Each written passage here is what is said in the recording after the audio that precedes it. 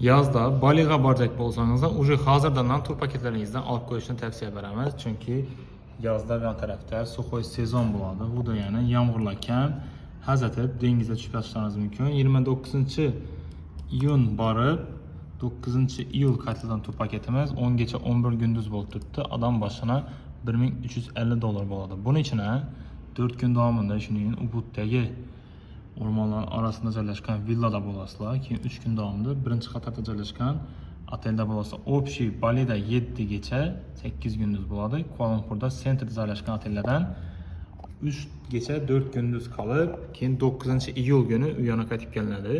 Ko'rganlaringizdek, Toshkent Kuala Lumpur biletlari havo yo'llari olingan, внутренний reyslari shu Malayziyaning aviakompaniyalarida bo'ladi. Bu bez bagaj narxi va viza xizmatlari qo'shilmagan.